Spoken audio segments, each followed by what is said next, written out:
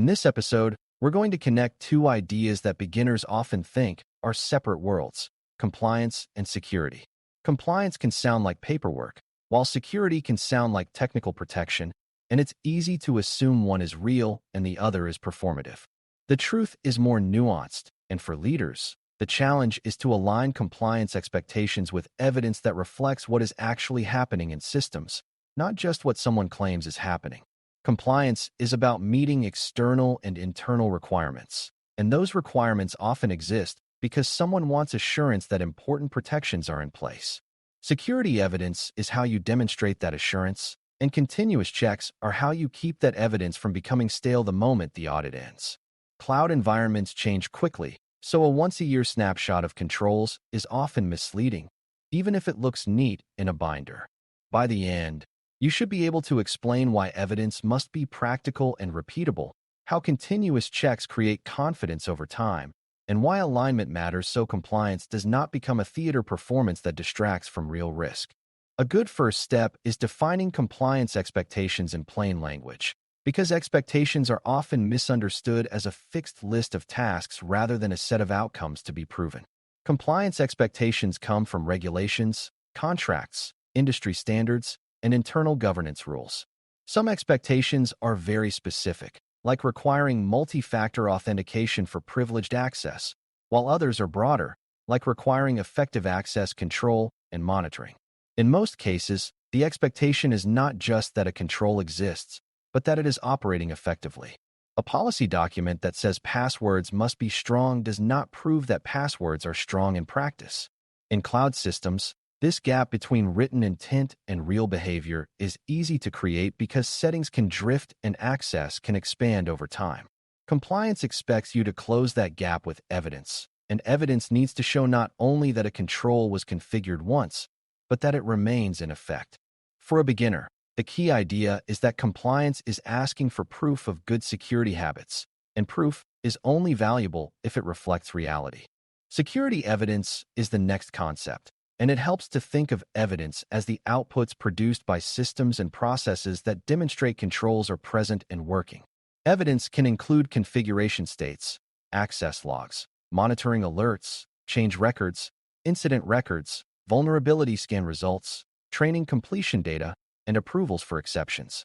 The exact evidence depends on what is being proven, but a helpful rule is that evidence should be hard to fake and easy to reproduce. A screenshot can be evidence, but it is weak evidence if it can be taken at a convenient moment and never updated. A system-generated report that runs regularly and is stored with timestamps is generally stronger because it creates a history. Another characteristic of strong evidence is traceability, meaning you can connect the evidence back to a specific control and requirement. If someone asks how you know storage is not publicly accessible, evidence should point to the configurations and checks that confirm this, not just a statement that it is not. Beginners should understand that evidence is not about satisfying curiosity. It is about reducing uncertainty and building trust. Alignment is where the leadership challenge becomes real, because compliance expectations and security evidence often miss each other if nobody designs them to fit. One common problem is collecting evidence that is easy to gather but does not actually prove the requirement, like collecting a list of policies when the requirement is about implementation. Another problem is designing controls in a way that makes evidence hard to produce, which leads to manual scrambling before an audit.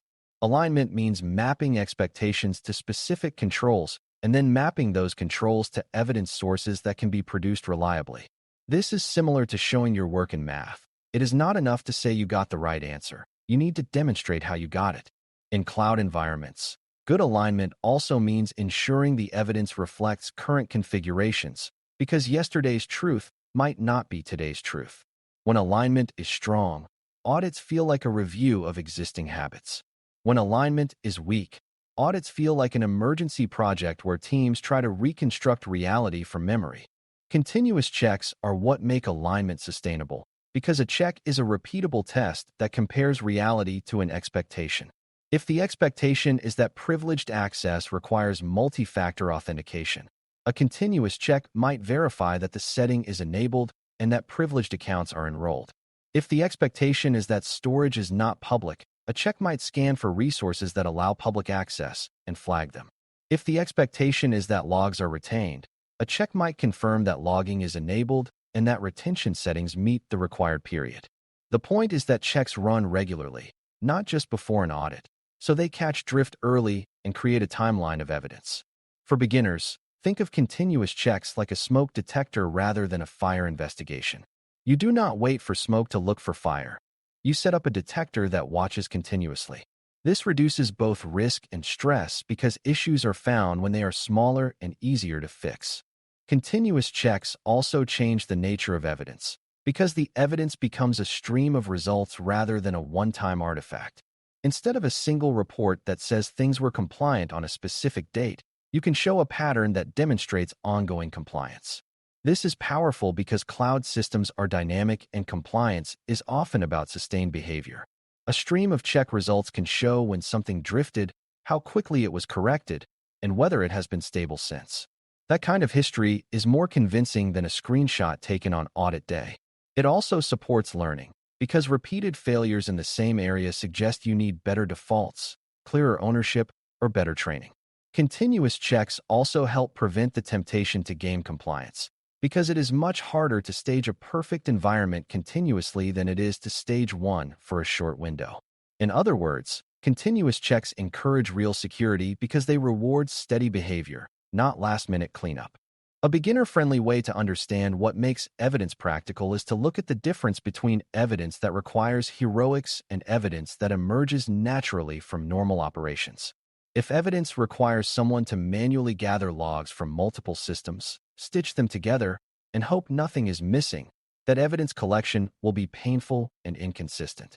If evidence is generated automatically as part of normal processes, like routine access reviews or regular system checks, it will be easier to maintain and more trustworthy.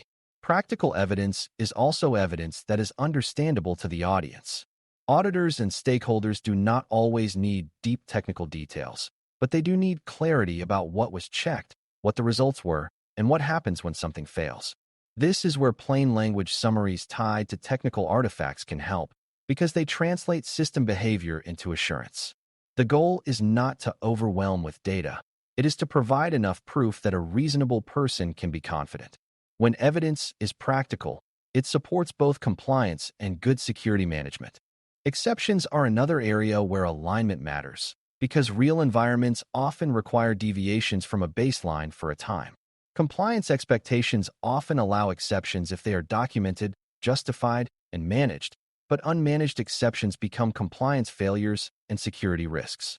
Practical evidence for exceptions includes the reason the exception exists, who approved it, what compensating controls are in place, and when the exception expires. Continuous checks can help here too, by tracking how many exceptions exist, whether they are still valid, and whether they have expired.